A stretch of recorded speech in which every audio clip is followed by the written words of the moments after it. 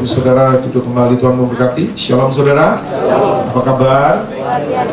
Luar biasa ya. Saya bersukacita untuk kedua kalinya. Kalau tidak salah saya ada di tengah-tengah saudara. Nah, saya rindu sekali untuk saudara datang malam ini, buka hati sama-sama untuk rindukan firman Allah ditaruh dalam hidup kita ya, dalam roh kita. Nah, saya datang tidak akan menggurui saudara, percayalah, tidak akan datang menghakimi saudara, karena bukan untuk itu saya datang. Tapi saya mau sampaikan hati Tuhan untuk saudara. Kalau ditegur ya terbukalah, kalau ada yang kemudian perlu diperbaiki, perbaikilah. Nah, ini bukan hanya untuk saudara, tapi yang terutama untuk hidup saya juga. Sebab firman Allah itu sumber kekuatan dalam hidup kita.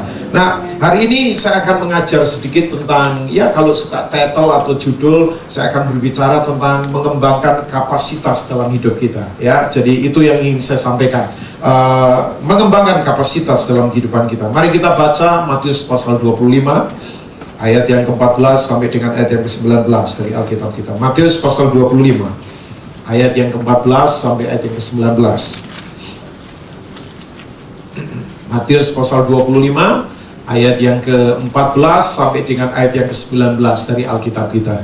Saudara buka baik-baik Alkitab saudara, kita akan belajar beberapa hal ini. Nah, yang saya kemudian terfokus, ternyata begini, perumpamaan ini menutup semua perumpamaan sebelum akhirnya anak manusia datang untuk kembali yang kedua kali. Kalau sudah lihat ayat 31, itu penghakiman terakhir, di mana kemudian Yesus datang untuk kedua kalinya.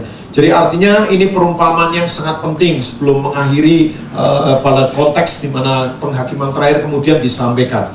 Nah, saudara, saya akan sebutkan ini, akan bacakan ini baik-baik supaya saudara simak benar-benar untuk hidup kita. Nah, saya hanya ingatkan pada saudara begini, di dunia ini ada hukum namanya hukum kapasitas, ya kan? Sekali lagi, di dunia ini berlaku di mana saja ada hukum namanya hukum kapasitas. Artinya begini, kemampuan kita menerima dalam kehidupan itu tergantung kapasitas yang kita miliki, ya. Nggak pernah bisa keluar dari kapasitas yang kita miliki. Artinya begini, ini air hanya segini karena memang kapasitas tempatnya hanya segini. Nah, kalau hati kita cuma segini, ya terimanya segini, ya. Jadi makanya yang Tuhan mau adalah stretching your capacity, ya, kembangkan kapasitas kita untuk kita sungguh-sungguh menerima yang luar biasa. Nah, banyak orang begini, pengen diberkati, nggak ada masalah, pengen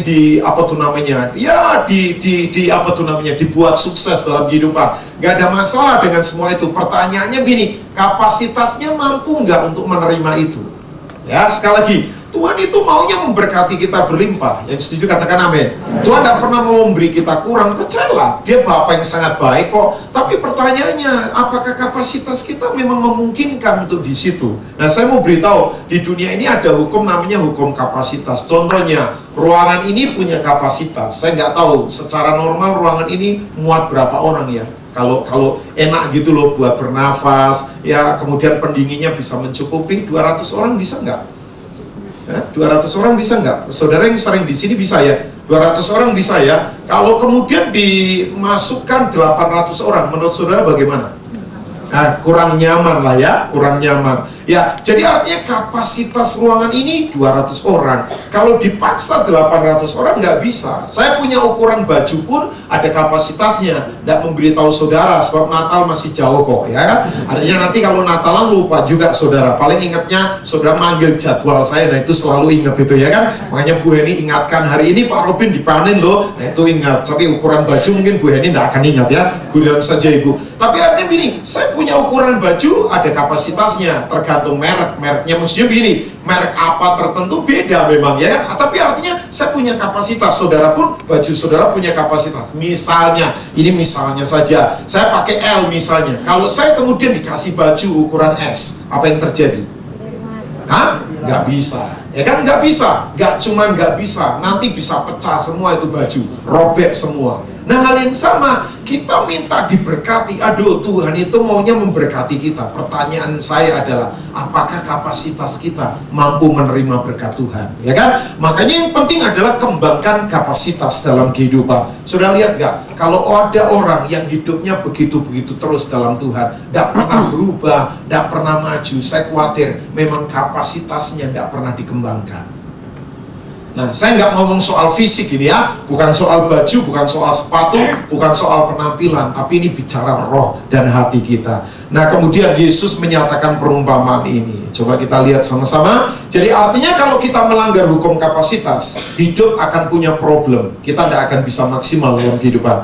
Sebab hal kerajaan sorga sama seperti seorang yang mau bepergian ke luar negeri, yang memanggil hamba-hambanya dan mempercayakan hartanya kepada mereka. Perhatikan, yang seorang diberikannya 5 talenta, yang seorang lagi 2, yang seorang lain lagi 1, masing-masing menurut kapasitasnya atau kesanggupannya. Lalu Tuhan itu berangkat. Lama, ayat yang berapa itu? Segera pergilah hamba yang menerima 5 talenta itu. Ia menjalankan uang itu lalu beroleh laba 5 talenta. Dia kembangkan kapasitasnya. Hamba yang menerima 2 talenta itu pun berbuat demikian juga dan berlaba 2 talenta. Tetapi hamba yang menerima 1 talenta itu pergi dan menggali lubang di dalam tanah, lalu menyembunyikan uang tuannya. Mari kita baca sama-sama ayat 19, 2, 3. Lama sesudah itu pulanglah tuan hamba-hamba itu, lalu mengadakan perhitungan dengan mereka.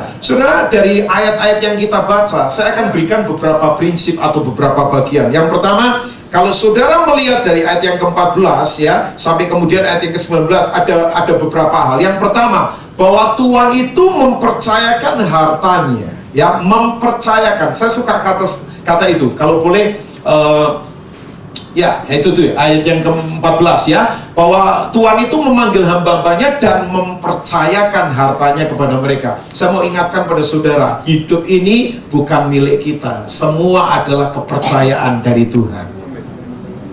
Amin.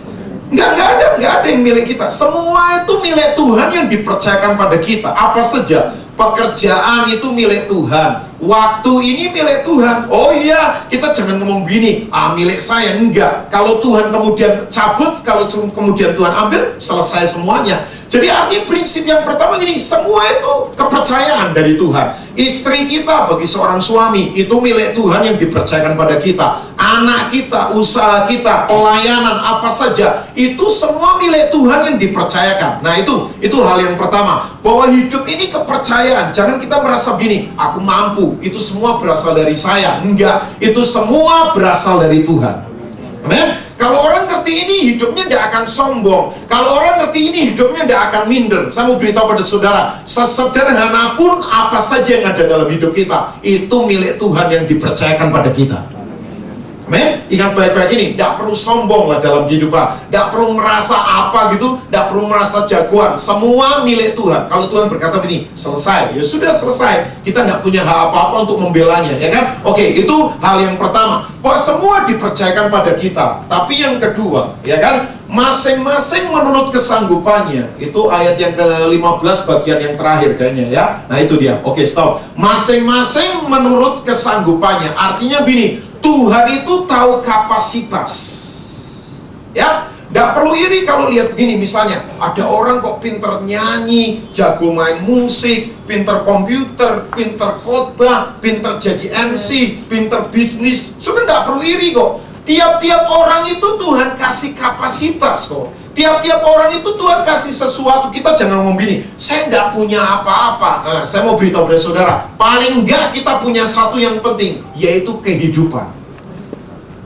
Amin. Oh ya, jangan kita ngomong gini, saya ini tidak bisa apa-apa. Saya senang tadi dengan anak-anak muda, ya, mereka masih begini, polos sekali, sederhana sekali, tapi ada kerinduan yang begitu dalam. Saya hargai mereka loh. Kalau saya boleh berkata, kalian akan Tuhan pakai secara luar biasa. Yang penting tetap konsisten dalam Tuhan. Oh ya, saya dulu berasal dari kayak mereka juga, main-main musik lah dari awal kan. Tapi artinya ini, tiap orang itu Tuhan pasti kasih kapasitas. Oh ya. Makanya ini yang paling bahaya kalau orang kemudian menggugurkan kapasitas karena tidak mengembangkannya, ya kan? Saya ingat sekali dulu tahun berapa gitu ya, 10 tahun yang lalu lah, di TV itu dulu ada telenovela ya. Ibu-ibu mungkin suka dengan telenovela ini. Ada gadis yang sederhana, kalau penampilannya biasa saja, kacamatanya tebal, tapi hidupnya sukses akhirnya. Namanya Betty Lavea.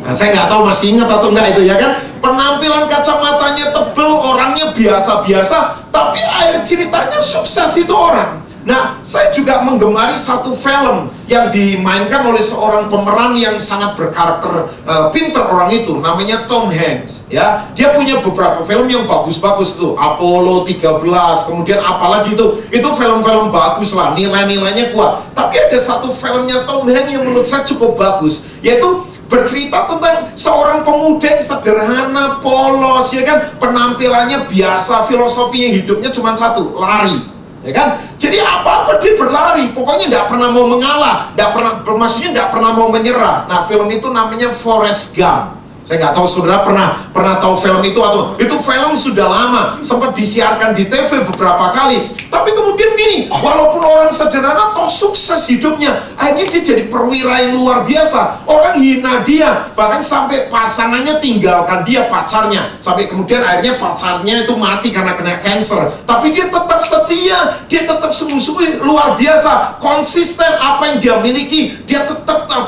pertajam, tetap hidup benar-benar dalam prinsip yang luar biasa. Sampai akhirnya tuh film itu akhirnya bagusnya luar biasa. Film itu akhirnya menceritakan dia jadi orang yang sukses. Tapi kemudian saya berkata begini, sesederhana pun orang, dengarkan saya, tiap kita Tuhan taruh kapasitas yang luar biasa. Makanya begini, jangan mati dulu sebelum kapasitas itu dimaksimalkan. Belum lama saya ada di pesawat, lagi terbang ke Jawa Timur, ada pelayanan, ya kan? Saya kemudian merenung begini, saudara tahu nggak, hidup ini di dunia itu punya tujuan. Tuhan taruh kita di dunia untuk bekerja bagi Tuhan. Yang setuju katakan amin. Nah, kalau orang sudah tidak lagi mau bekerja untuk Tuhan, jangan-jangan sudah kepengen pulang. Nah, kayaknya kurang amin ini saudara. Coba sekali lagi renungkan baik-baik. Kita ini ada di dunia karena Tuhan. Yang setuju katakan amin. Kita ini ada di dunia karena Tuhan. Yang percaya katakan amin. Makanya kalau kita nggak kerja untuk Tuhan, saya berpikir jangan-jangan orang itu sudah pengen pulang. Hah? Saudara mau bekerja untuk Tuhan? Loh, saudara mau bekerja untuk Tuhan? Hidup ini bukan tentang kita, tapi tentang Tuhan. Oke. Tapi ayat yang ke-19, nah ini yang saya kasih warning untuk saudara, peringatan untuk saudara. Bisa ditampilkan yang di multimedia, ayat 19. Saya kemudian begini, sungguh-sungguh, ya serius dengan ayat ini. Coba lihatkan ayat yang ke-19. Dari pasal 25 ayat 19. Lama sesudah itu, pulanglah tuan hamba-hamba itu. Mari baca sama-sama 2-3. Lalu mengadakan perhitungan dengan mereka. Boleh semua wajah memandang ke saya? Satu kali saudara, semua kita harus mempertanggungjawabkan apa saja yang Tuhan sudah percayakan dalam hidup kita. Ini yang disebut dengan prinsip accountability, pertanggungjawaban dalam kehidupan. Oh iya. Ya, saudara pernah tahu kalau belajar 7 prinsip dasar dalam kekristenan, Yesus Kristus datang dalam bentuk second coming, nanti kedatangan yang kedua kali itu dibagi 2 bagian. Perhatikan saya, bagian pertama namanya porosia. Itu Yesus datang di awan-awan pertama ya. Itu bagian pertama, porosia. Itu datang di awan-awan. Yang dikubur sungguh-sungguh, kuburnya terbuka, orangnya bangkit. Yang masih hidup, yang sungguh-sungguh, tubuhnya diganti tubuh kemuliaan, lalu terangkat. Nah itu bahasa Inggrisnya rapture itu ya. Lagu Pantekosta lamanya saya suka sekali. Ada pertemuan di udara, pertemuan yang indah. Sudah pernah dengar itu? Saya rindu bertemu di sana, ya kan? Saya suka ganti itu lagu. Ada pertemuan di udara, khusus kalangan sendiri, ya kan? Maksudnya yang tidak kalangan sendiri tidak bisa ketemu di udara. Nah itu semua nanti ketemu di udara. Nah setelah itu apa yang terjadi? Menghadap tata pengadilan Allah. Nah ini nih, semua harus mempertanggungjawabkan. Oh, saudara tidak bisa ngomong gini, saya mau ikut pendeta saya, nggak bisa. Oh, saya akan nyuap, nggak bisa. Oh, bisa ditempelin malaikat kalau nyuap, nggak bisa. Nggak ada suap-suapan, nggak ada trik-trikan mafia gaya-gaya di dunia, nggak bisa. Semua harus bertanggung jawab. Dan saya mau ingatkan, semua terbuka itu, dengar baik-baik. Semua terbuka, tidak ada yang tersembunyi. Nanti malu semua itu, apalagi yang munafik. Aduh, itu malunya luar biasa. Tahu munafik? Munafik tahu ya? Munafik itu muka nabi, pikiran kotor. Nah, itu munafik. Mukanya nabi tapi pikirannya jorok ternyata. Itu ketahuan semua itu. Nah, setelah itu gini, menghadap tata pengadilan Allah, semua harus mempertanggungjawabkan apa yang dipercayakan Tuhan pada kita. Makanya dengar baik-baik, yang suka mukulin istri, bertobatlah. Oh, enggak sembarangan. Ini bertanggung jawab loh. Yang suka ngemplang-ngemplang duit, saya mau beritahu, bertobatlah. Ini pertanggungjawaban. Yang kemudian gini, main-main dengan waktu dipakai untuk hal yang sia-sia. Aduh, saya tadi lagi nungguin kakak rohani saya belanja untuk kebutuhan dia besok ke China dalam rangka pelayanan. Saya daripada muter-muter, saya nunggu di Starbucks saja lah sambil minum kopi, ya kan? Ya, daripada dia muter-muter kemana-mana, silakan. Kan orang belanja nggak enak kalau diguntitin, kan nggak bisa bebas kan ya. Maksudnya kalau nawar kan malu juga kan. Jadi saya ngomong, silakan jalan sendiri lah, kira-kira 2 jam nanti kita ketemu. Nah, saya nggak mau kemudian gini, duduk di situ melongo, liatin orang jalan. Saya paling nggak bisa itu. Saya selalu bawa buku di tas saya. Jadi saya lagi baca, di situ ada segerombolan anak muda baru tes atau apa. Wong itu dekat kampus. Saudara tahu, waktu mereka ngomong pembicaraannya minta ampun sia-sia. Ada yang ngajak pergi ke Temson, ngabisin waktu yuk ke Temson saja yuk. Ada yang ngajak mau ke nonton, ada yang kemana. Sampai saya geleng-geleng kepala. Orang hidup kok tidak menghargai waktu. Tolong saya mau beritahu pada saudara, penyesalan terbesar kalau orang main-main dengan waktu. Hai.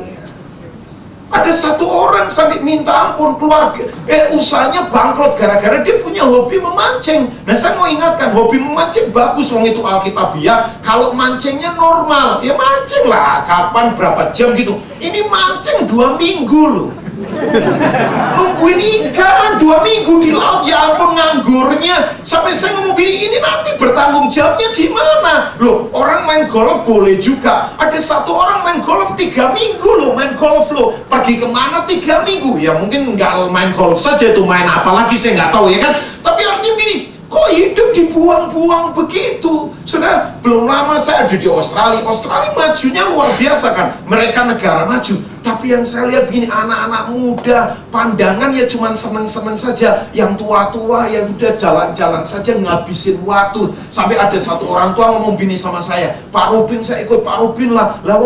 Waktu sisa-sisa sudah nggak ada lagi kegiatan, udah kemana saja saya antar Pak Robin. Saya ini cuma ngabisin waktu hidup saya. Minta ampun, saya sering ngomong gini, Om mau berdoa syafaat Om, nangis lah. Om sudah tua itu makanya makin sadar dong Om. Jangan kemudian pakai hidup sia-sia, bersyafaat lah, berlutut, berdoa supaya terjadi revival. Oh gitu ya Pak? Iya dong, jangan dibuat main-main waktu ini. Tolong saya mau beritahu pada saudara, semua kita akan bertanggung jawab loh. Saya tidak nakut-nakutin loh malam ini. Saya bukan tipikal orang begitu. Wong, sekali lagi, ini khotbah bukan untuk saudara, untuk saya juga. Saya akan katakan ini pada saudara, Tuhan mau begini, hidup kita sungguh-sungguh tidak menyia-nyiakan semua kesempatan yang Tuhan beri. Yang mau katakan amin. Sekali lagi saya mau bertanya, saudara mau diberkati? Saudara mau makin maju? Saudara mau makin luar biasa dalam kehidupan? Gampang, itu bagiannya Tuhan. Yang penting begini, kapasitas kita luasnya.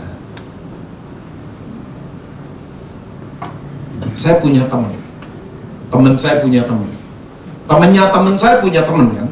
Saya punya teman saya punya teman. Nah, ini temennya teman saya. Jadi bingung saya. Oh enggak lah, gampang. Saya punya teman saya punya teman. Nah, temennya teman saya. Jadi bukan teman saya, temennya teman saya. Itu tinggal di Thailand. Nah, saya mau tanya pada saudara, Thailand negara apa? Gajah.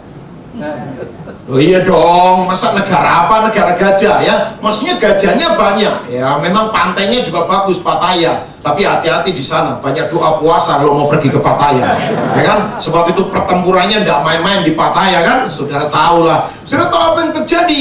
Saya kemudian diceritakan satu cerita yang sederhana saja. Tahu, peternak gajah. Kalau gajah yang betina hamil, kemudian mau keluarkan gajah, hamil melahirkan gajah. Nah, setelah itu gajah lahir, paling gampang untuk kemudian memelihara gajah itu supaya tidak pergi kemana-mana. Diikat saja pakai tali. Talinya ya tali biasa saja seperti tali rafia begitulah ya, yang warnanya merah kuning hijau di langit yang biru, masih kayak pelangi kan itu warnanya ya. Jadi diikat saja berapa? 10 meter begitu, diikat, dipatok, tak gitu sudah. Jadi kemudian ini karena masih kecil, itu gajah tidak bisa pergi kemana-mana. Jadi tidak bisa kalahkan tali rafia, wong masih kecil. Tapi tiap hari diikat, coba bayangkan, tidak pernah dilepas, diikat terus, dikasih makan ya di situ tuh. Jadi gajah itu lama-lama tumbuh jadi gajah yang besar. Tapi yang lucu begini, kalau kita lihat dari atas, walaupun dia besar secara badan, saudara tahu apa yang terjadi? Dia tidak bisa kalahkan tali itu. Saya tanya sama teman saya, masa begitu? Iya, strateginya begitu Rubin. Ternyata begini, itu gajah tidak diikat hanya kakinya saja, tapi sebetulnya begini, pikirannya juga diikat. Oh, orang boleh punya badan yang besar, tapi kalau begini, kapasitas pikirannya dan hatinya tidak luas, susah hidupnya bisa maksimal. Sebab saya yakin begini, siapa yang hati dan pikirannya luas, kemaksimalan akan turun dalam hidup orang itu. Amin. Saudara mau hidup sungguh-sungguh luar biasa, kapasitas mau berkembang, sekali lagi, kalau kita mengembangkan kapasitas hidup kita, bagian Tuhan memberkati kita. Anak muda yang ada di sini, jangan ada yang pernah putus asa. Orang yang di depan saudara ini adalah orang yang mengalami proses yang tidak gampang. Tapi saya belajar dalam hidup satu, kembangkan kapasitas, bagian Tuhan akan memberkati kita. Oke, sekarang ini ada 3 prinsip yang ingin saya sodorkan untuk Bapak Ibu semua, supaya kita diberkati dengan kapasitas yang begitu luar biasa. Ya, yang pertama, untuk kita punya potensi kapasitas yang luas, supaya berkat hidup kita luas dan meningkat begitu dahsyat. Yang pertama adalah ini, ada hukum namanya, hukum sukalah memberi. Yang pertama, kalau kita pengen punya kapasitas hati yang luas, mari miliki hukum. Sekali lagi ini hukum ya, bukan asumsi, bukan apa, hukum ya, aturan firman, yaitu hukum yang disebut dengan hukum memberi. Coba semua perhatikan ke saya, ada ayat di Alkitab berkata begini, ada ayat di Alkitab berkata begini, terlebih berbahagia untuk memberi daripada untuk apa? Menerima. Yuk kita ucapkan sama-sama, terlebih berbahagia untuk memberi daripada untuk menerima. Bapak Ibu, saya sedang tidak ngomong soal duit loh, sama sekali. Walaupun memberi ini pun soal uang ya, tapi saya tidak lagi fokus soal ke situ. Saya lagi berbicara tentang memberi kehidupan. Kenapa memberi itu membuat orang luas dalam kehidupan? Kenapa orang memberi itu akan membuat kapasitas lebar? Nah, orang seringkali diajar begini, kamu memberi supaya kamu diberi. Kesannya kayak tombol lotre ya. Kamu diberi supaya kamu memberi, supaya kamu memberi. Satu kali saya ada di Gunung Kawi, saya tidak cari pesugihan di sana loh, sama sekali enggak ya. Jangan berpikiran macam-macam. Saya pendeta kok. Saya ke sana untuk tahu saja orang ngapain sih ke Gunung Kawi. Mungkin ada yang punya pengalaman ke sana. Dari wajahnya sih kayaknya ada beberapa juga kayaknya. Saya nggak tahu sebelum bertobat lah, mungkin pernah ke sana. Nah, waktu saya kemudian lagi di sana, saya lihat begini, orang-orang pada tidur di emper, itu ngelakoni namanya. Ada yang lagi bertapa. Itu sepanjang jalan dijual gambar-gambar. Itu sudah pokoknya campuran semua agama ada di situ semua. Bahkan gambar-gambarnya Yesus pun dijual di situ dengan gambar-gambar yang lain. Pokoknya itu semua agama dicampur jadi satu lah. Pokoknya apa itu saya nggak tahu lah. Pokoknya begitu tuh semua. Nah, kemudian gini, ada seorang tante di situ. Kemudian ditanya teman saya, tante ngapain tante kesini? Saudara tahu jawabannya luar biasa. Yang pertama, supaya diberkati. Yang kedua, supaya dagangan laris. Yang ketiga, supaya anak cucu jadi anak cucu yang luar biasa masa depannya. Ya, jadi jawabannya 3. Yang pertama supaya kaya diberkati, yang kedua supaya dagangan laris, yang ketiga supaya anak cucunya sehat diberkati juga. Oke deh. Waktu kemudian ini saya turun sudah. Nah, satu kali saya ada di gereja. Sebelum pelayanan ibadah kedua, saya kemudian mau masuk ke gedung gerejanya, ketemu tante juga, seorang tante yang lain dari yang di Gunung Kawi itu. Saya gantian tanya, kan tadi jawabannya begitu tuh yang di Gunung Kawi. Waktu saya tanya sama tante yang mau pergi ke gereja, saya tanya, tante ke gereja ngapain? Jawabannya 3 juga. Saudara tahu jawabannya yang pertama apa? Yang pertama supaya Tuhan berkati. Yang kedua supaya anak cucu diberkati. Yang ketiga supaya dagangan laris. Cuman jawabannya gini, yang tadi di Gunung Kawi nggak ada kata-kata Yahudinya, yang di gereja ada haleluya amin. Ya kan? Tapi jawabannya sama antara yang di Gunung Kawi dengan yang kemudian ada di gereja. Jadi kemudian saya berpikir gini, ya ampun, ini orang datang ke gereja jadi jawabannya sama juga seperti orang datang ke Gunung Kawi. Saya mau beritahu pada saudara, soal diberkati itu gampang. Lo kurang yakin kayaknya saudara. Soal diberkati itu gampang. Saya turun tidak berdosa ya Pak ya? Nggak apa-apa Pak ya? Kayaknya Bapak agak ketakutan saya turun. Sekali lagi, semua saya mau beritahu pada saudara, soal diberkati itu gampang. Pertanyaan saya begini, apakah kapasitas hati kita siap dan memungkinkan untuk berkat turun dalam hidup kita? Nah, untuk kita punya kapasitas hati yang siap diberkati, sukalah memberi.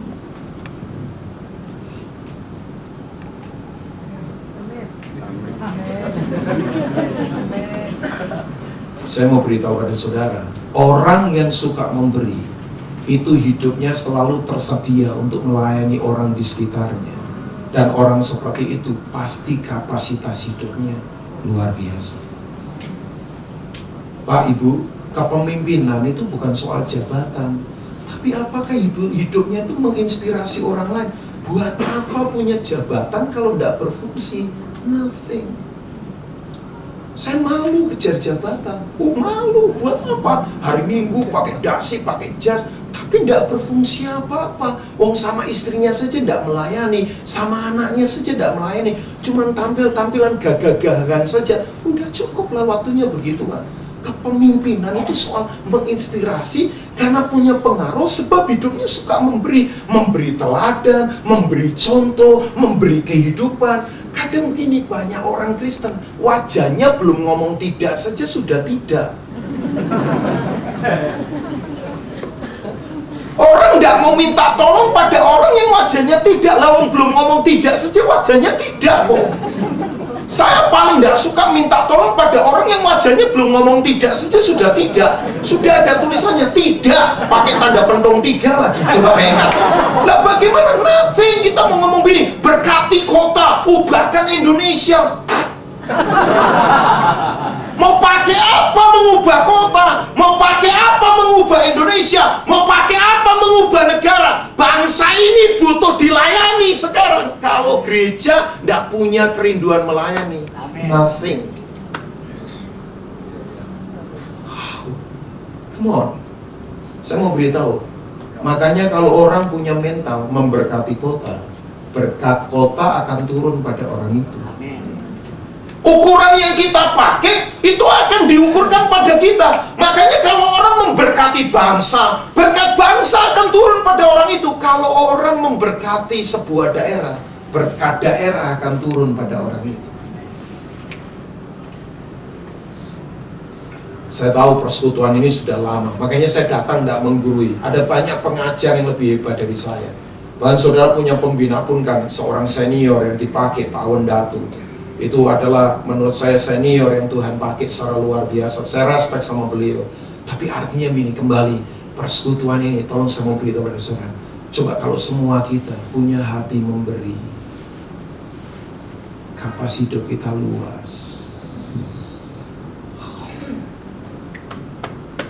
Saya mau beritahu, ada satu musuh yang menghalangi orang bisa berpotensi secara maksimal. Musuh itu namanya kikir dan pelit.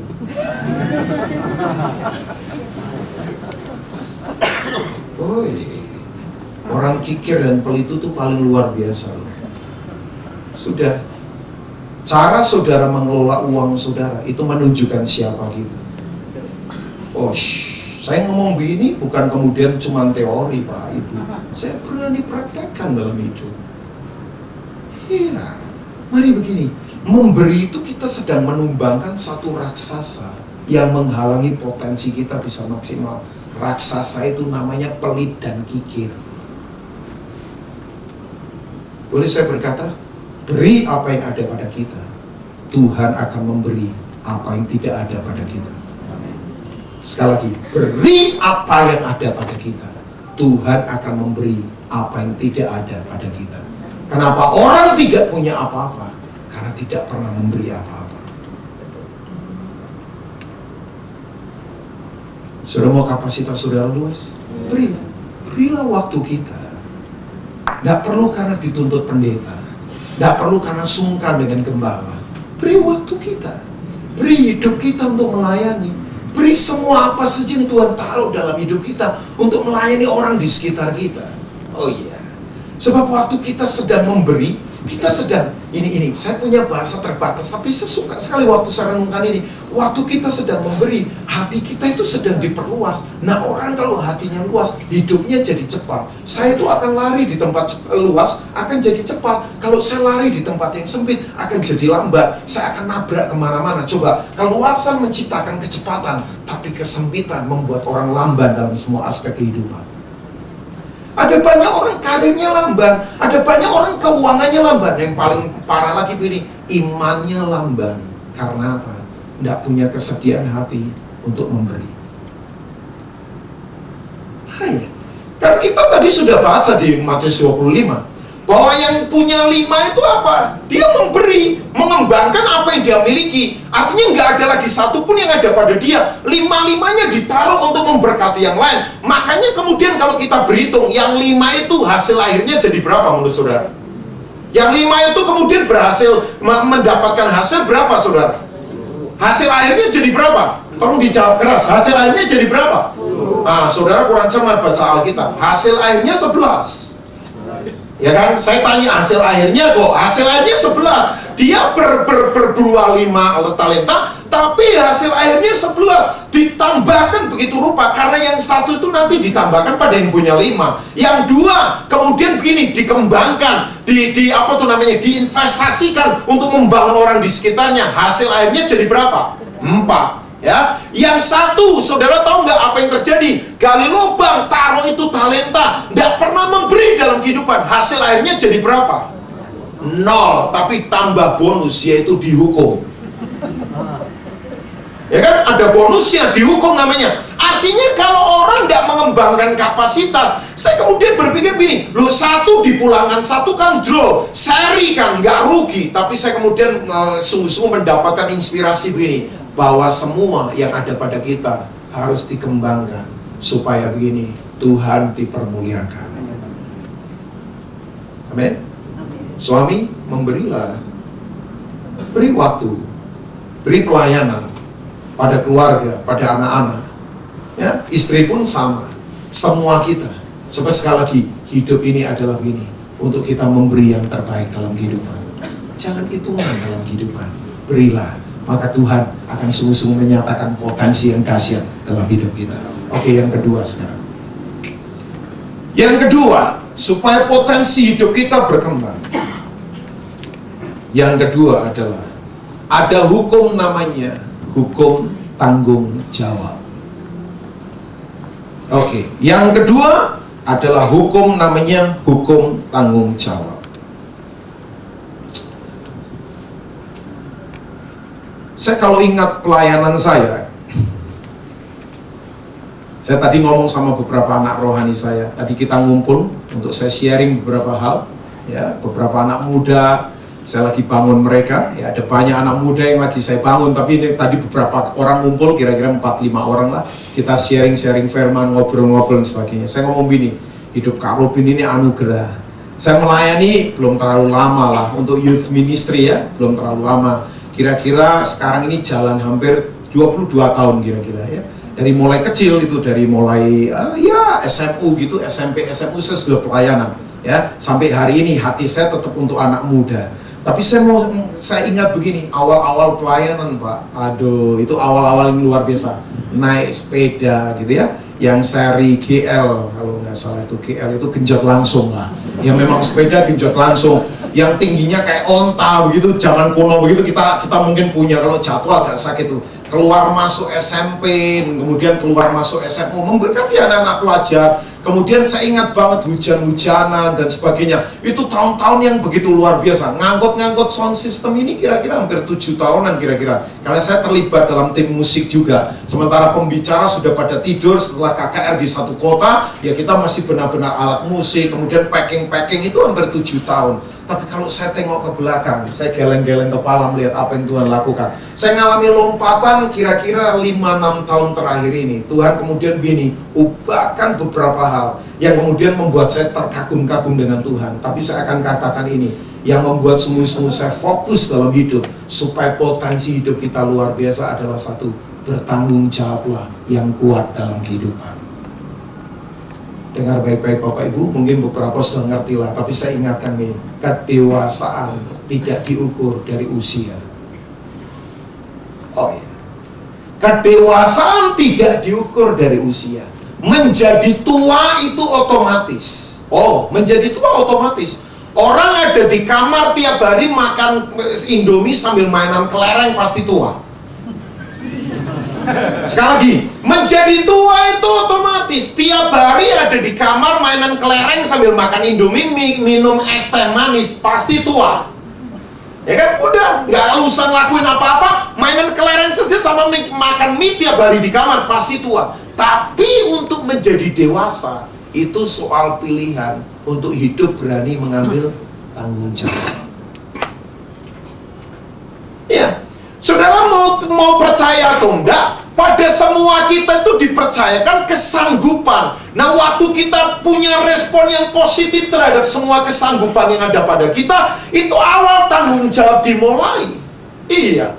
Makanya bagi Tuhan yang penting gini, bertanggung jawab secara kuat. Khususnya gini, seorang pria itu harus bertanggung jawab menjadi apa? Imam bagi keluarga. Oh iya, saya konseling banyak orang, terutama pasangan-pasangan pernikahan. Kenapa banyak orang minta cerai? Karena tanggung jawab sudah tidak ada lagi. Prianya tidak berani mengambil tanggung jawab. Wanitanya pun kemudian gini, coba begini, paksakan tanggung jawabnya pria, diambil pada dia. Otoritas terbalik, kacaunya luar biasa. Makanya banyak keluarga yang kemudian begini, tercerai-berai. Karena apa? Nggak ada lagi tanggung jawab. Saya kaget dengar pernyataan pakar keluarga namanya James Dobson. Dia baru nulis satu buku namanya Married Under Fire. Dia lagi berkata begini, masalah perceraian terbesar yang ada di kalangan orang Kristen, tidak main-main loh, meningkatnya begitu dahsyat. Sudah tahu nggak, 80% itu diakibatkan apa? Karena tidak ada lagi tanggung jawab yang kuat pada keluarga. Saya ketemu pasangan, tidak kurang secara harta, tapi kemudian lagi ngajukan perceraian. Bahkan kerasnya luar biasa konfliknya di antara suami istri ini. Sampai kemudian geger di satu kota. Sampai saya waktu dengar, masa sih dari teman saya. Nah, teman saya kemudian, iya Bin, kita prihatin, doakan sungguh-sungguh. Kenapa bisa begitu? Karena begini, tanggung jawab sudah tidak ada lagi.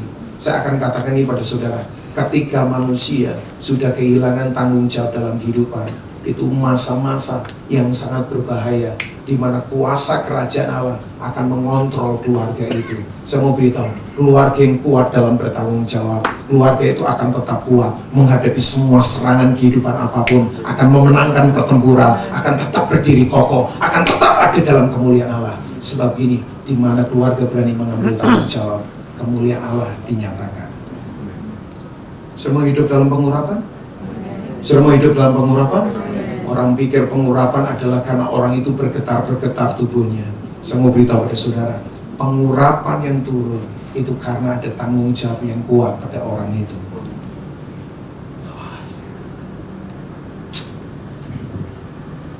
Saya salah khotbah kayaknya malam ini, saudara. Enggak ya saudara ya? Memang dengar khotbah begini kurang terlalu apalah, karena ini bicara tentang karakter kehidupan. Tapi percayalah, akhir zaman dibutuhkan orang-orang yang kuat sekarang. Oh iya, kalau saudara tidak kuat, aduh susah. Ya, dan saya kalau ngomong tentang tanggung jawab ini bukan hal yang mudah. Sebab nggak gampang memang. Makanya begini, saya selalu yakin ada anugerah di mana Tuhan akan memampukan kita asal kita mau. Halo, istri punyalah tanggung jawab untuk respect pada suami. Tanggung jawab istri adalah respect pada suami. Tapi suami punya tanggung jawab apa? Miliki keteladanan yang kuat. Oh, istri dan anak saya itu respect sama saya karena saya punya apa itu namanya? Mengembangkan keteladanan. Kalau janji tepatilah. terhadap apapun dalam kehidupan, bertanggung jawablah. Oh ya, saya tidak cuma teori, saudara. Kalau teori, saya tidak mau terima pelayanan di sini. Buat apa? Kayaknya kelihatan hebat di mimbar, tapi nothing dalam kehidupan. Saya tidak mau. Makanya saya dorong suami istri, hiduplah bertanggung jawab. Tanggung jawab itu aspek yang begitu dahsyat. Kapasitas akan luas kalau hidup berani mengambil tanggung jawab, supaya begini potensi kita berkembang dan berkat Tuhan melimpah dalam hidup kita. Amin. Suami istri bertanggung jawab untuk hargai lembaga pernikahan. Jangan main-main dengan keluarga. Lah orang mau diberkati tapi sama keluarga main-main, nggak bisa. Rubin Ong bisa sukses karena ada Lili Ong dan Tata Ong yang menyokong saya. Itu istri dan anak saya maksudnya, ya kan? Karena suaminya Ong, anak istrinya jadi Ong lah, ya kan? Saudara dekat saya pun akan saya paksa jadi Ong, kan? Nggak, artinya begini, saya bisa begini karena ada keluarga yang mensupport saya. Nggak mungkin seorang pria sukses kalau tidak didukung oleh keluarganya. Nggak mungkin seorang wanita sukses kalau tidak didukung oleh keluarganya. Apa aminnya agak lain itu, Pak? Tapi mantap sekali, nggak apa-apa juga, ya kan? Coba semua perhatikan ke sini. Coba sudah semua perhatikan ke sini. Sudah mau hidup potensi saudara meningkat? Hukum tanggung jawab. Tanggung jawab, berdoa itu tanggung jawab. Mengembangkan iman itu tanggung jawab. Bahkan saya mau beritahu ini, mengakui kesalahan itu tuh tanggung jawab. Oh iya, jangan pernah melempar kesalahan. Coba saudara, dosa manusia pertama itu apa? Dosa melempar tanggung jawab. Iya kan? Iya kan? Yang pertama kali berdosa siapa? Hawa.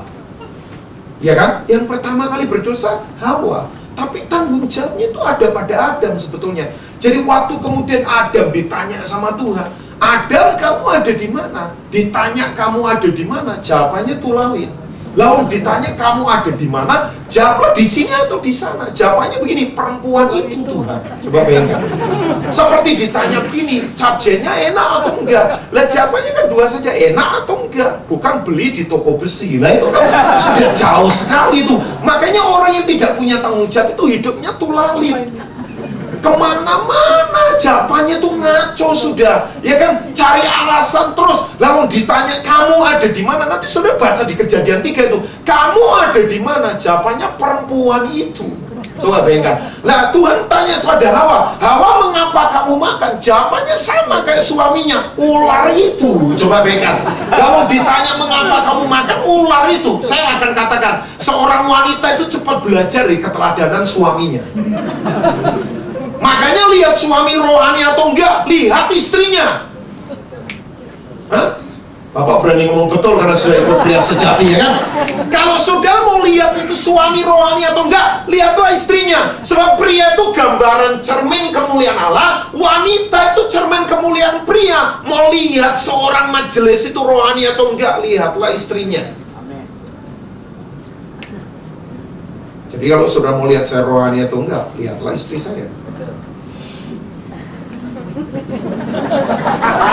Ya, yes, betul terus ya, sudah. Memang betul sudah. Ya support saya malam ini, ya, diberkati, kerajaan Allah hadir dalam hidupmu. Sudah tahu? Ditanya mengapa kamu makan ular, dan menurut saya yang paling fair ular. Hah? Sebab ditanya gini, mengapa kamu memperdayakan? Udah, dia tidak ngomong kancil tuh, enggak. Ya maksud saya guyon saja. Memang biang keladinya dia kok. Yang keladinya dia sudah. Tapi artinya ini dosa awal manusia, melempar tanggung jawab. Saya harus beritahu pada saudara, salah satu tanggung jawab pria itu adalah orang yang harus mencari nafkah pada keluarga. Itu tanggung jawab pria. Ush. Tagihan uang sekolah anak saya, tanggung jawab saya. Urusan makan minum di rumah, tanggung jawab saya. Waduh, agak keras-keras saya.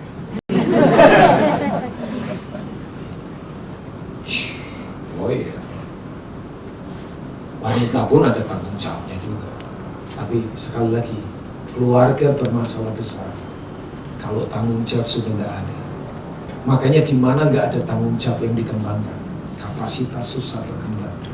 Hidupnya begitu-begitu saja. Sudah pernah lihat keluarga yang muter-muter terus, masalahnya duit, masalahnya hutang, masalahnya pusing, masalahnya apa, muter-muter ya, lama-lama vertigo.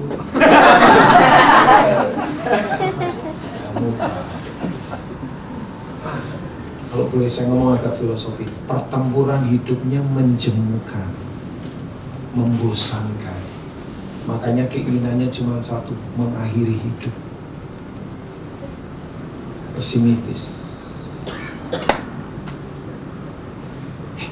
Nggak tahu, ini kan ngomong begini sekali lagi bukan ide saya, ini hati Tuhan untuk saudara. Amen. Kalau saudara berani mengambil tanggung jawab, kapasitas akan luas. Tolong saya mau beritahu, salah satu tanggung jawab suami istri yang harus dibangun adalah bangunlah misbah keluarga yang kuat. Itu tanggung jawab. Oh iya, boleh cari uang, harus cari uang, tapi ingat waktu juga untuk mendirikan misbah bersama. Saya mau beritahu pada saudara, ikatan tubuh itu akan kuat kalau ikatan jiwa kuat, tapi ikatan jiwa akan kuat kalau ikatan roh itu kuat. Ikatan roh menentukan ikatan jiwa dan ikatan tubuh. Nah, saya tidak akan bahas ini karena beberapa masih muda-muda belum nikah. Kalau semua sudah nikah, saya berani dalam membahas ini. Tapi saya mau beritahu pada saudara, ikatan tubuh itu tok kuat kalau ikatan roh kuat. Makanya suami istri yang berani mengambil tanggung jawab untuk berdoa membangun misbah bersama, semua sisi hidupnya luar biasa. Ya kan? Oh iya. Jadi saya harus katakan ini. Yang kedua, bertanggung jawablah. Amin. Amin. Sekali lagi saudara, ini soal life dalam kehidupan, bukan soal kehidupan. Kalau kita mau terima berkat besar, kapasitas harus luas. Kalau kapasitas mau luas, hiduplah sungguh-sungguh dalam prinsip hukum, berani mengambil tanggung jawab.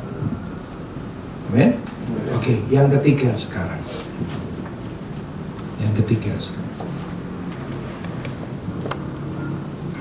Kayaknya saudara kurang antusias malam ini.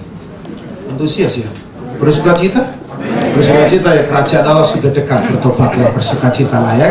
Oke, yang ketiga, supaya potensi kita luar biasa. Yang ketiga adalah hukum sikap yang kuat dalam kehidupan. Hukum sikap yang benar atau sikap yang kuat dalam kehidupan. Nah, pertanyaan saya, apa itu sikap? Ya, apa itu sikap sebetulnya? Menurut Webster Dictionary, sikap itu adalah ini. Saya akan sampaikan ini pada saudara. Sikap itu adalah sebuah posisi mental dalam hubungannya dengan sebuah fakta atau keadaan yang terjadi dalam hidup kita. Sekali lagi, sikap adalah sebuah posisi mental dalam hubungannya dengan sebuah fakta atau keadaan yang terjadi dalam hidup kita. Mari saya akan ajak saudara baca dua ayat atau berapa ya. Filipi pasal yang kedua. Ada beberapa ayat, mungkin lebih dari 2 ayat, tapi saya ingin bacakan untuk saudara. Filipi pasal yang kedua, ayat yang ke-5 sampai ayat yang ke-11 dari Alkitab kita. Filipi pasal yang kedua, ayat yang ke-5, ya tidak usah sampai ayat yang ke-11 kali, ayat yang ke-8 saja. Filipi 2, ayat yang ke-5 sampai ayat yang ke-8. Ya. Ada yang tahu nggak seorang penulis buku yang diurapi Tuhan namanya Chuck Swindoll? Ada yang tahu nggak Chuck Swindoll? Kalau ada coba angkat tangan. Nggak ada yang tahu. Aduh, saudara, kalau lagi cari buku, bacalah buku-bukunya dia. Ya, ada satu buku yang dia tulis bagus, namanya Musim-Musim Kehidupan. Itu ada musim semi, musim panas, musim dingin. Ya, dia tulis itu begitu luar biasa. Saya waktu baca buku itu, saya terkagum-kagum. Dia kasih contoh begitu simpel, sederhana, tapi mengena jadi berkat begitu luar biasa. Nah, Chuck Swindoll ini usianya sudah kira-kira lebih dari 70 tahun. Dia seorang hamba Tuhan yang senior. Tapi satu kali dia berkata begini, ini saya bacakan ya pernyataannya dia karena agak sedikit panjang, tapi saya akan bahasakan dengan bahasa saya. Semakin lama saya hidup, dia berkata, karena dia sudah tua, semakin saya menyadari dampak sikap dalam kehidupan. Dia berkata betapa dahsyatnya dampak sikap itu. Kemudian begini, sikap itu lebih penting daripada fakta. Ini lebih penting daripada masa lalu, lebih penting dari pendidikan, lebih penting dari keahlian, lebih penting dari uang, lebih penting dari keadaan, lebih penting dari kegagalan atau kesuksesan, ya kan? Ya lebih penting daripada apa yang dipikirkan dan dikatakan orang tentang kita. Dia berkata ini dengan saya bahasakan ya. Sebetulnya pernyataannya panjang, tapi saya akan bahasakan dengan bahasa saya. Ini lebih penting daripada penampilan, ini lebih penting dari pendidikan atau keahlian, ya kan? Sebab saya selalu katakan nih, banyak orang punya keahlian, keahliannya itu bisa membuat dia naik ke puncak, tapi kemudian untuk tetap mempertahankan dia ada di puncak, sikap hiduplah yang harus kuat. Oh ya, berapa banyak orang jadi idol misalnya, naik tas gitu, hanya tahan sebentar setelah itu jatuh. Berapa banyak hamba Tuhan populer, apalagi zaman sekarang mau bikin hamba Tuhan populer gampang, punya tim yang kuat gampang sudah, ya kan? Saya selalu ngomong kan banyak hamba Tuhan, ya kan? Oh, banyak orang ngomong, kok cepet dia naik, timnya kuat, dipromosi lewat brosur, tulis-tulis buku dengan tim penyusun buku yang kuat, ambil sana ambil sini teorinya, expose dengan KKR di mana-mana. Oh ya, saudara pikir, oh dalam pelayanan begitu juga, ada juga yang model-model begitu. Tapi bukan itu, ternyata ini kalau orang tidak mengembangkan sikap yang kuat, butuh ini aja, hanya waktu sebentar sih untuk orang itu jatuh. Jatuh karena duit, jatuh karena moral, jatuh karena apa saja. Makanya sikap itu lebih penting dari apapun. Kemudian Chuck Swindoll berkata begini, ini salah satu pernyataan. Makanya ini saya jaga. Saudara mau potensi saudara luar biasa? Hidup saudara tetap diberkati, tetap naik dan tidak pernah turun, tetap mengembang dan tidak pernah berkurang, tetap luar biasa. Saudara mau? Jaga sikap hidup kita. Sikap hati harus tetap benar di hadapan Allah. Yang muda-muda saya mau beritahu, kalau engkau tetap punya sikap hati yang benar, Tuhan akan angkat kalian. Halo? Waduh, kurang yakin kayaknya ini. Hah? Oh. Saudara tahu, ada yang tahu John Wesley nggak? John Wesley. Wah, ini tahunya siapa ini saudara? Hah? Oke, Tukul Arwana saudara tahu? Nah, wajahnya penggemar Tukul ini kayaknya saudara. Oke, saudara saya mau beritahu, John Wesley itu pendiri dari gereja Metodis, ketua sinodenya. Aduh Pak, dia anak yang ke-13 loh. Angka 13 orang selalu ngomongkan angka apa gitu, tapi dalam Tuhan saya mau beritahu, semua angka diberkati Tuhan. Tapi waktu kecil sakit-sakitan Pak, nggak ada potensi. Tapi setiap hari mengenai sikap yang akan kita pegang hari itu, kita tidak dapat mengubah masa lalu. Kalau ada yang punya masa lalu yang buruk, yang kelam, kita tidak bisa mengubah masa lalu kita, ya kan? Demikian juga kita tidak bisa mengubah fakta bahwa orang lain akan bertindak dengan cara tertentu terhadap kita.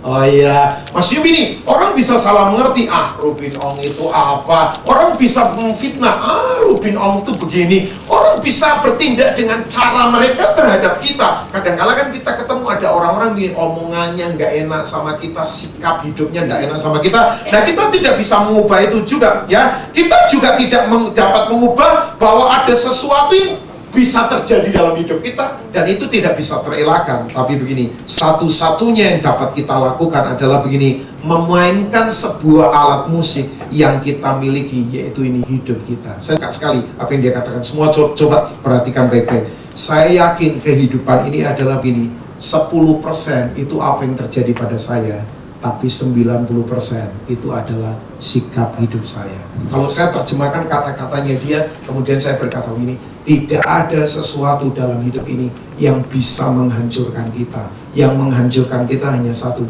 sikap kita yang salah terhadap sesuatu yang terjadi. Oke, boleh saya ulangi sekali lagi ya? Tidak ada sesuatu dalam hidup ini, sekali lagi, tidak ada proses yang nggak gampang secara ekonomi. Tapi saya belajar dalam hidup, makanya saya berani ngomong ini. Saya ngalami Bapak Ibu 22 tahun melayani sampai hari ini. Kesan saya terhadap Tuhan hanya satu saja, Tuhan itu excellent banget. Yang penting jaga sikap kita benar. Boleh saya beritahu, orang yang hatinya benar tidak takut pada situasi dan kondisi apa saja. Sebab pengharapannya selalu hanya ada pada Tuhan. Nah, kita coba baca ayat ini ya. Ini tentang Yesus, sikap mentalnya. Aha, yang main piano boleh maju ke depan, yang piano saja ya. Bass sama drum nanti dulu. Adakah yang main piano? Hah? Oh, ada di belakang, oh nggak apa-apa. Ya udah. Sebentar saya mungkin akan selesai. Kalau Roh Kudus teruskan ya bisa jam 11 malam kayaknya. Oh enggak lah, enggak, sebentar saja sadar. Hendaklah kamu dalam hidupmu bersama menaruh apa? Pikiran dan perasaan. Bahasa lainnya sikap mental.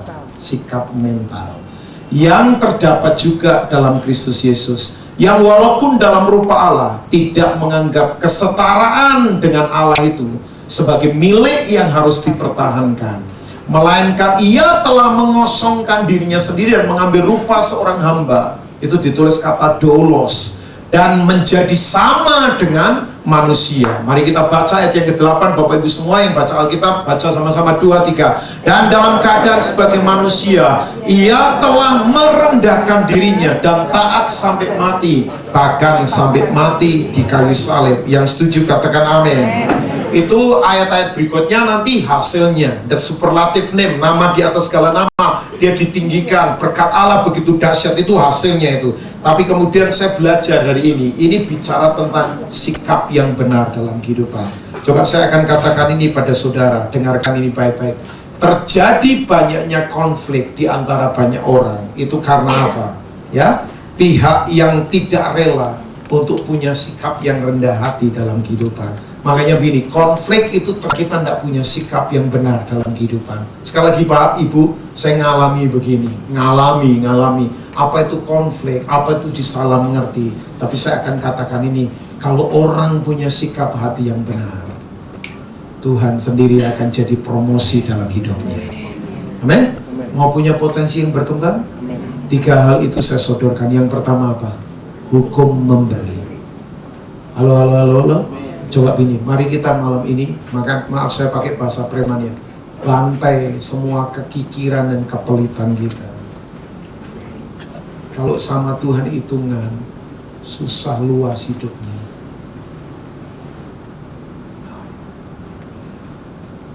Dijauhkan mencuri kemuliaan Allah. 15 tahun kira-kira, kita tim melayani hampir seluruh pulau di Indonesia. Itu investasi total. Ada orang berkata begini, butuh dana berapa sih Pak? Kita tutup. Enggak.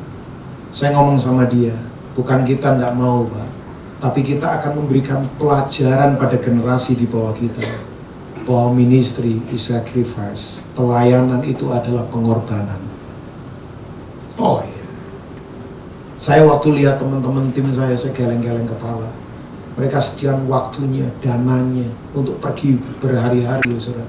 Masuk ke pedalaman, hampir 15 tahun kita layani generasi. Saudara yang tahu pelayanan youth kayak apa? Pelayanan youth itu bukan pelayanan yang gampang, investasi total. Tapi saya belajar dalam kehidupan, ketika kita memberi apa yang ada pada kita, Tuhan akan memberi apa yang tidak ada pada kita. Orang berkata ini, paling enak kan melayani keluarga dan bisnismen, ya kan? Karena dalam tanda petik itu tempat bahasa sebetulnya. Saya mau beritahu pada saudara, orang yang hidup dalam visi Tuhan, tempat segersang apapun selalu akan jadi tempat di mana kedamaian, kepermaian, kesuburan yang Tuhan berikan ada di sana. Yang setuju katakan amin. Yang kedua, punyalah hukum tanggung jawab. Itu yang membuat orang luas. Ada yang tahu Harvard University? Ada yang lulusan Harvard di sini? Tidak ada ya. Ampun. Ya, berdoa supaya anak cucu kita ada yang di sana ya. Saudara, Harvard University pernah punya rektor luar biasa ya. Karena saudara nggak pernah lulus dari sana, pasti nggak tahu rektornya. Nah, walaupun saya nggak lulus dari sana, karena saya belajar orang ini dahsyat Pak. Namanya Charles William Eliot. Berapa lama jadi rektor? Nggak terlalu lama, hanya 40 tahun. Ya lama lah ya. Lebih lama daripada presiden kedua Indonesia ya kan, 40 tahun kok. Tapi yang hebat gini, sampai dia memutuskan untuk pensiun. Waduh, top saudara orang ini. Nah pertanyaan saya, apakah dia hebat? Orang cacat dia itu. Sebab waktu usia 3 dia kecelakaan, usia 3 tahun. Mamanya coba operasi perbaiki, nggak sukses. Tapi orang ini, wow, Itu anak muda perlu baca itu buku-buku begitu tuh. Menginspirasi. Nah, inspirasinya inspirasi kebenaran karena dia orang yang takut akan Tuhan. Yang ngomong gini, hidup ini bukan soal keberadaan secara fisik, tapi kalau kita berani mengambil tanggung jawab, Tuhan akan promosi hal yang besar. Orang cacat tapi potensinya luas. Sampai kemudian dia menduduki posisi penting di sebuah universitas yang integritas kualitasnya diakui seluruh dunia. Charles William Eliot. Waktu saya baca orang ini, saya geleng-geleng kepala, hebat ini. Yang ketiga, hukum sikap hati yang benar. Coba, butuh komitmen lo hari-hari ini untuk jaga hati di tengah-tengah kota dan bangsa yang dimana begini, mengabaikan sikap. Oh iya, orang sekarang gampang ngomong begini, zaman ini zaman gila Pak, kalau nggak ikutan-ikutan gila, ya susah Pak. Ya saya mau beritahu, susah terus dalam kehidupan. Tolong saya akan katakan ini pada saudara, Daniel itu tinggal di kerajaan yang kacau, tapi dengarkan baik, kerajaan yang ada di luar Daniel tidak dapat mengalahkan kerajaan yang ada di dalam Daniel. Yang setuju katakan amin. Kerajaan yang di luar Daniel apa? Babel. Tapi kerajaan yang ada di dalam Daniel, apa itu kerajaan itu? Kingdom of God, kerajaan Allah. Ini satu saja terhadap anak saya akan lebih hebat dari saya. Waktu dia lahir, saya kemudian keluarkan kata-kata nubuatan. Dan sekarang Tuhan siapkan dia begitu luar biasa. Saya ketemu anaknya Pak Insinyur Edilio, penatu Abalov. Sekarang pun dipakai Tuhan. Lebih hebat dari zaman Pak Edilio seusia dia. Sekarang sudah pergi ke beberapa tempat di dunia. Ngomong khotbah dalam bahasa Inggris begitu tajam. Pengurapannya luar biasa. Dia menangkan ratusan orang dari siswa-siswa di SMA di mana dia sekolah. Ya, dengan timnya. Saya kemudian melihat geleng-geleng kepala. Saya tahu ini orang benar yang kapasitas hidupnya diperluas. Anak cucunya tidak pernah Tuhan tinggalkan, akan diangkat tinggi begitu kuasa. Ini kata-kata profetik untuk saudara semua. Makanya saudara yang ada di sini jangan pernah khawatir. Sebab ini Tuhan selalu melihat anak cucu kita akan diangkat tinggi begitu dahsyat. Tuhan memberkati saudara, maju terus dalam kehidupan. Mari kita bangun berdiri bersama. Haleluya. Oh, korapa sekete karapa apa. Irapataka sokoto korakala apa. Bolehkah angkat tangan kanan kita yang tinggi melebihi kepala kita? Taruh tangan kiri kita pada dada kita. Mari yang bisa berbahasa roh, sembah dia dalam bahasa roh saudara. Mari sembah dia juga dalam bahasa akal budi kita. Kirapataka sandara apa. Orapataka sikete, mari berglosolalia. Mari menyembah dia dalam roh. Orapataka sandara apa sikete karapa apa. Pulang dari tempat ini jangan lagi pesimis, jangan lagi takut, jangan lagi khawatir, jangan lagi dikendalikan oleh keadaan masalah. Percayalah selalu ada pengharapan, selalu ada anugerah, selalu ada kekuatan Tuhan. Orapataka sikete karapa apa. Sikata karapa apa. Okana mata kasekene karapata karapalama. Handarapata kasekete karapapa. Sikata karamata karapalama sekete karapapa. Orapata kasekete karapapa. Haleluya. Kirapata kasandarapapa. Orapata kasekete karapapa. Akana kasokoto korakalama sandere kete karapa. Yes Lord. Haleluya. Turunkan tangan saudara. Mari tutup mata bersama di hadapan Tuhan. Ada malam ini yang datang dan berkata, Pak, tekanan, masalah bertubi-tubi terus datang dalam hidupku sampai aku merasa sempit dalam kehidupan, merasa tidak berdaya, merasa jatuh, merasa tidak bisa berdiri lagi. Saya yakin malam ini Tuhan mau jamah kita, Tuhan mau sentuh hati kita. Mari harapkan perkara besar, karena Dia Allah yang sungguh-sungguh besar. Lakukan perkara besar bagi Allah. Harapkan perkara besar dari Allah, sebab Allah kita besar. Jangan pernah menyerah, jangan pernah menyerah. Itu yang Winston Churchill selalu katakan. Jangan pernah menyerah dalam kehidupan. Jangan pernah menyerah dalam kehidupan, karena Allah kita Allah yang besar, Allah yang sanggup melakukan perkara yang dahsyat dalam kehidupan. Kalau saudara orangnya, mari angkat tangan kanan yang tinggi melebihi kepala. Saudara, saya ingin berdoa untuk saudara. Jangan terok kiri kanan saudara. Ini soal pribadi kita. I want pray. Saya ingin berdoa untuk saudara. Orapa kesekete karababa. Hanaramata kesekete karababa. Bapak Hamba berdoa untuk tangan-tangan yang sekarang ini terangkat. Jamah kami, malam ini yang sakit sembuhkan kami, malam ini yang lemah kuatkan kami, malam ini yang mati bangkitkan kami, malam ini yang jatuh angkat kami kembali, yang lemah dikuatkan, yang sakit disembuhkan. Beri kami kekuatan Tuhan. Kami mau mengembangkan kapasitas hidup kami untuk kami makin luas dalam kehidupan. Berkati persekutuan El Shaddai ini. Dari tempat ini lahir pahlawan-pahlawan Allah yang akan menyatakan kedahsyatanmu. Biar persekutuan ini Tuhan punya visi yang tajam, kapasitas yang diperluas, kapasitas yang diperlebar. Hambamu secara sederhana sudah sampaikan isi hatimu, tapi biar kebenaran ini tertancap Bapak. Terima kasih Bapak, terima kasih Bapak. Sekali lagi hamba berdoa, jamah setiap kami, tidak ada satupun yang ada di jamah Tuhan. Biar malam ini kami pulang dari tempat ini membawa kekuatan firman-Mu untuk kami hadapi semua area kehidupan dengan kekuatan yang dari Tuhan. Kami percaya hari besok Tuhan sediakan kapasitas yang lebih luas lagi untuk kami mengalami berkat dalam nama Tuhan Yesus. Bagi kasus yang diberkati Tuhan, mari katakan sama-sama, amin, amin, amin, amin.